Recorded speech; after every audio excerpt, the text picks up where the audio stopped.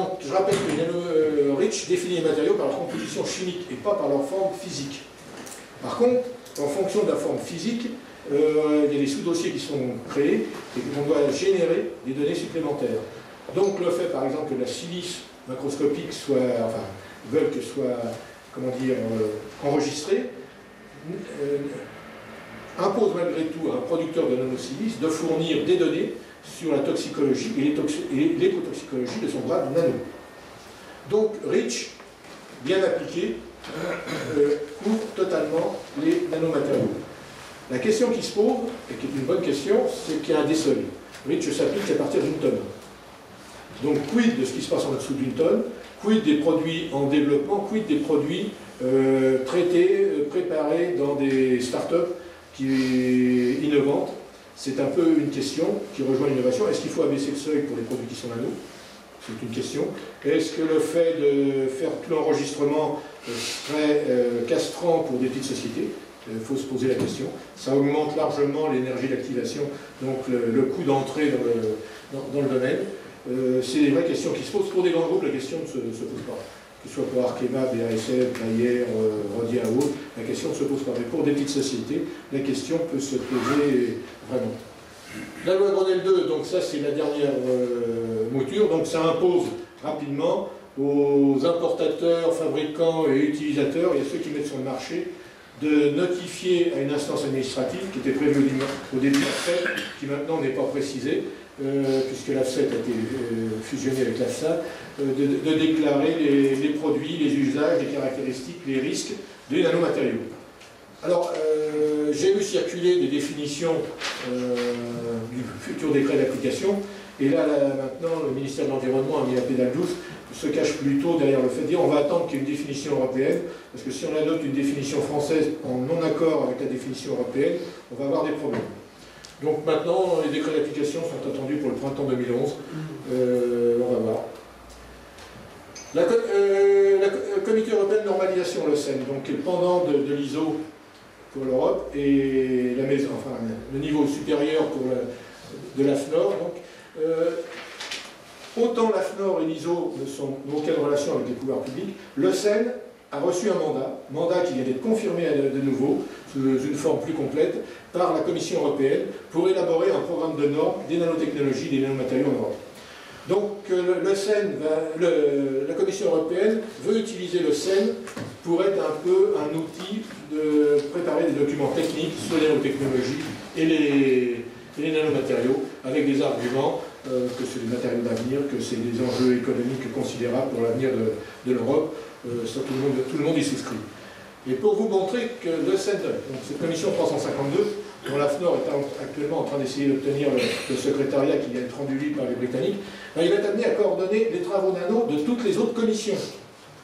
Et donc, il y a une commission nanotechnologie, mais les nanotechnologies impactent tous les autres métiers, aussi bien les salles blanches que la qualité de l'air et autres. Et donc, dans une des missions du mandat européen pour la commission 352, c'est de coordonner l'approche normative au niveau européen de l'ensemble des commissions impactées par l'échelle nanométrique. C'est un travail colossal. Ce qui a fait un peu froid à la FNOR, qui en termes de moyens s'est retourné vers son ministère de tutelle, le ministère de l'Industrie, qui lui a dit oui, d'accord, allez-y, mais vous n'aurez pas un sou.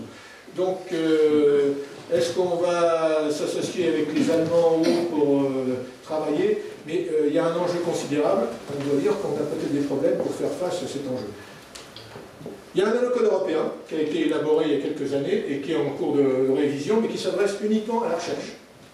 Dommage qu'il ne s'adresse pas aux industriels, mais demandant de respecter un certain nombre de principes, et 7 principes, allant de la responsabilité des chercheurs et des organismes de recherche jusqu'à la signification. Ce qui doit être fait est compréhensible. Je dois dire que sortant de mes domaines de la chimie, j'ai du mal à comprendre ce qui se fait dans la chimie, enfin dans la nanoélectronique ou autre, c'est pas du tout évident. Donc les conclusions. Il y a des réponses. D'une part, il est sûr qu'il faut communiquer. Communiquer vis-à-vis des citoyens, et je dois dire qu'au niveau de la Commission nationale de la consommation, on a très bien travaillé avec les associations de consommateurs. J'ai été même surpris de la qualité des échanges. Ça change de certaines organisations qu'on avait rencontrées dans le débat public. Communiquer vers le grand public, c'est pas du tout facile, parce que le grand public, il n'existe pas, il y a plusieurs niveaux. suivant les niveaux des médias qu'on utilise, comment transmettre ces messages. Il y a un très gros problème, et je repose une question dans le slide suivant, que j'ai déjà abordé ici. D'ailleurs, que veulent savoir les gens? J'ai entendu plusieurs fois, on a peur de ce qu'on ne voit pas. Ça encore, c'était des remarques, bah oui, on a peur de ce qu'on ne voit pas. Oui, ils préfèrent les radiations parce qu'on peut les détecter. Il faut un cadre réglementaire, et ça c'est sûr, le cadre réglementaire il se met en place, mais c'est pas facile du tout, et le marché se développera avant que le cadre réglementaire soit mis en place. En venant à mes transparents précédents, on voit que ce qui touche à la nanoélectronique, au sens le plus large, donc les technologies de l'information et de la communication, la CNIL pourrait être un moyen. Parce qu'un des grands risques de développement des nanotechnologies vis-à-vis des technologies de l'information et de la communication, c'est que maintenant on va avoir des nanocapteurs partout. On peut être tracé déjà par nos téléphones cellulaires et autres cartes à puce. Et qu'une des questions aussi qu'on a entendues lors du débat public, j'ai entendu que le gouvernement avait fait, ça a été posé à Lyon, j'ai entendu que le gouvernement a fait une campagne de vaccination contre la grippe H1N1, c'était une manière d'injecter des puces afin de tracer les citoyens. Il paraît que ça traînait sur le web, donc ça fait partie des questions. Le physicien qui était posé la question était vraiment très gêné pour répondre à ce genre de questions. Mais ce genre de questions, il faut les prendre en compte. C'est pas dire circuler, il n'y a rien à voir, la question est qui vient. Quand une question comme ça vient, il faut déjà comprendre ce qu'il y a derrière la question, s'adapter pour faire une réponse et convaincre la personne. Exercice pas du tout évident pour un ingénieur et un scientifique. On a besoin, même en prenant des cours de médiacom, c'est pas du tout évident. Et c'est là où, n'ayant pas une bonne réponse, on perd beaucoup de crédibilité vis-à-vis du public. Donc la CNIL, effectivement, même si ce n'est pas dans sa mission, peut être un moyen de préserver les citoyens des risques d'un usage abusif de tout ce qui est moyen de, disons, de traitement de l'information au sens large et de traçage. La loi bioéthique, tout ce qui concerne l'interface avec le vivant, devrait résoudre ce problème-là. L'autre question qui était posée, faut-il créer une haute autorité aux nanotechnologies? Faudrait-il encore que les nanotechnologies existent? Donc créer une haute autorité pour quelque chose qui n'existe pas, il faut se poser la question. Encore, alors des grandes peurs, bah oui, on est fictif, on est dans les grandes peurs. En 45-50, les livres portaient tous sur le risque nucléaire, les guerres froides et autres. Maintenant, c'est... Alors, la convergence NBIC. Alors, c'est nanotechnologie, biotechnologie, technologie d'information et cognitif. Ça, en gros, bah, c'est qu'on nous greffe des puces en silicium dans le cerveau et que le président de la République puisse, avec son joystick, nous manœuvrer depuis l'Élysée. C'est à peu près cette crainte-là de manipulation. C'est du pire que Big Brothers. Puis la biologie synthétique, alors ça c'est nouveau. Bon, il y a des craintes aussi qui apparaissent là-dessus. Il y a des points de suspension, donc tout progrès scientifique, toute avancée va faire craindre des points. Alors, c'est un peu la question, faut-il développer la culture scientifique et technologique pour limiter la peur de l'incompris? Bah, vous voyez, je citerai un autre exemple. Je m'occupe de l'année internationale de la chimie, qui aura lieu en 2011 dans le monde entier. Et nous avons demandé au ministère de la Culture une subvention, entre autres. Ben, le ministère de la Culture a répondu que la chimie n'était pas de la culture. Donc on pense que la culture est réservée à faire de la philosophie, à regarder des tableaux, à faire de la peinture, mais que les disciplines scientifiques ne font pas partie de l'univers culturel français. Et quand, moi c'est la principale retombée de ce que j'ai vu pour le débat public, c'est qu'en réalité, il n'y a pas 10% de la population française qui a un vague vernis de culture scientifique. Et c'est un vrai problème.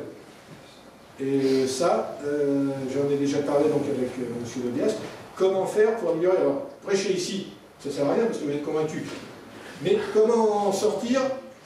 C'est pas évident. On se rend compte qu'il y a des progrès à faire à tous les niveaux. On essaye au niveau de la chimie par des actions en 2011 au niveau des lycées au collège, mais c'est pas du tout évident. Entre le manque de moyens, le manque de motivation et autres, il y aura des actions ponctuelles. Mais quand je vois qu'en Corée et en Japon, au niveau des 6-7 ans, les jeunes japonais, les jeunes coréens ont déjà des livres d'initiation aux nanotechnologies. J'ai du mal à les comprendre parce que c'est écrit en japonais, mais les dessins, c'est un peu le style manga. Donc, vous voyez, il y a des choses à faire. S'ils le font, ils ne sont pas plus bêtes que nous. Donc, il y a des vraies questions à se poser. Et tout ça, moi, je suis convaincu d'une chose, c'est que les nanotechnologies, bon, c'est notre avenir, et c'est notre avenir nécessaire. Le développement de l'économie, pour la France et l'Europe.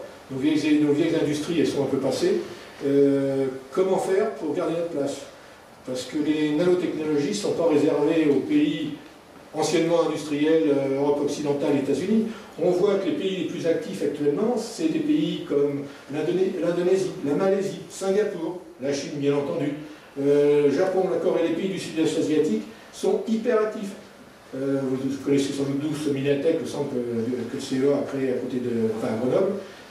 C'est un centre de 4000 personnes, mais à Minatech, il y en a 4 autour de Séoul. À Singapour, il y en a, c'est une ville-État de 4 millions d'habitants. Donc les nanotechnologies ne nous sont pas réservées. Si on progresse lentement parce qu'on a peur, parce qu'on n'a pas de moyens de financement, de toute manière on sera doublé et on sera le point de route de secours des nanotechnologies mondiales. Ça, il faut en être conscient et le message a du mal à passer faute de moyens disponibles en France. Et je finirai par cette remarque de Drexler, que j'ai cité au début, donc un disciple de Feldman. Il faut bien être conscient, et ça j'en fais mienne totalement, c'est que les nanotechnologies ne vont pas améliorer le monde industriel tel qu'il existe, elles vont tout simplement le remplacer. Et ça, cette maxime-là, il n'a pas sorti en 2000, il l'a sorti bien avant 2000. Donc tout sera des nanotechnologies, on maîtrisera totalement les chaînes de nanotechnologies, ou alors on n'existera pas.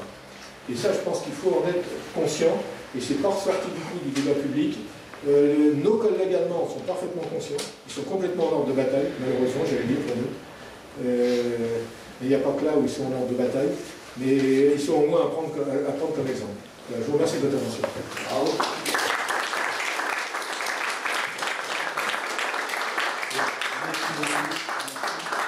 Je vous propose de prendre maintenant des questions, parce que je suppose qu'il y a de nombreuses interrogations entre ce qui vient d'être dit.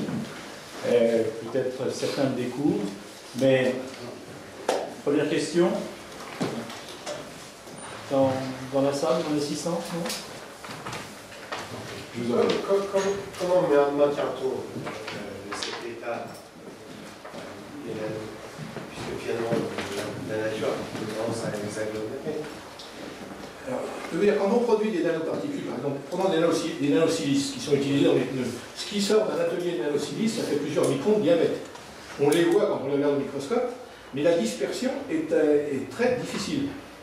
Tout l'enjeu d'ailleurs, c'est pas de faire des matériaux nano, c'est de réussir à les disperser. Donc c'est l'art du physico-chimiste après, et du mécanicien, puisqu'il faut apporter de l'énergie. Cette énergie est apportée aux interfaces par des produits tensioactifs et par du cisaillement très fort dans la dispersion. Parce qu'un agglomérat de nanoparticules ne présente pas d'intérêt pour le disperser dans un polymère.